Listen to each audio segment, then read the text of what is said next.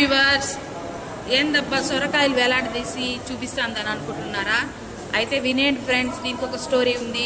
మామూలుగా మనం రకరకాల మొక్కుబళ్ళు అనేది మొక్కుంటాము, కానీ ఈ గుళ్ళో అయితే సొరకాయలు మొక్కుబడి మొక్కుకుంటారు ఫ్రెండ్స్. ఈ తాత పేరు సొరకాయ తాత స్వామి అంటారు. ఇక్కడైతే ఏదైనా కోరిక కోరినప్పుడు తీరినప్పుడు సొరకాయలు అనేది వేలాడదీస్తారు ఫ్రెండ్స్.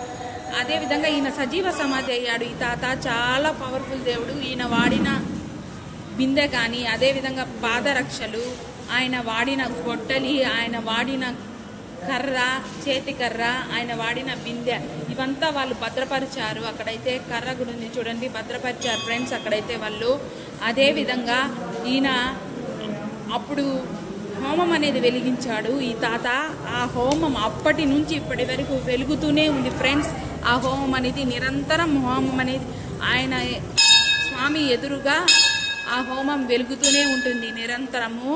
అదేవిధంగా ఆయన వెలిగించిన దీపం కూడా అలాగే ఇప్పటి వరకు వెలుగుతూనే ఉంది ఫ్రెండ్స్. చూడండి, చూసి మీరు కూడా దర్శించుకోండి. మీరు కూడా వెళ్ళేసిరండి ఫ్రెండ్స్. నచ్చితే లైక్ చేయండి, షేర్ చేయండి, సబ్స్క్రైబ్